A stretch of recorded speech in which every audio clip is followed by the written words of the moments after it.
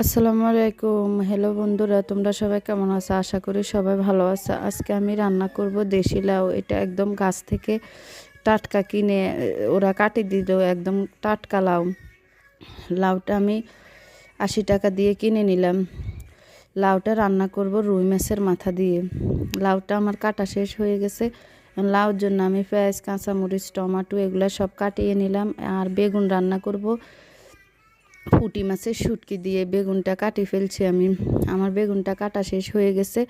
এখন আমি লাউ বসাই দিছি। লাউ রুই মাছের মাথাটা আমি ভাজি করে নিছি। লাউর জন্য পেঁয়াজ কাঁচামরিচ ভাজি করে একটু হালকা একটু আপনার আদা আর রসুন দিয়ে এগুলারে কষা কষা করে একটু গুঁড়া মরিচ দিয়ে এগুলারে মাথাটা একটু কষা কষা করা হয়ে গেছে। এখন আমি লাউ দিয়ে দিলাম।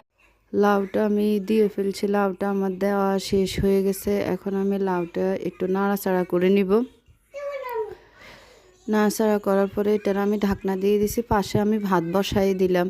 খড়ি চুলায় রান্না করতেছি। আমি তো নোয়াখালীতে আসলাম, তাই এখন ভাত এগুলো ফুটতেছে। আর টমেটো দিয়ে দিলাম ইয়ের মধ্যে, লাউর মধ্যে। যে যেখান থেকে আমার ব্লগটা দেখতেছেন, আমি দুইটা রান্না করছি শুটকি দিয়ে, ফুটি শুটকি দিয়ে বেগুন রান্না করলাম আর লাউ রান্না করলাম।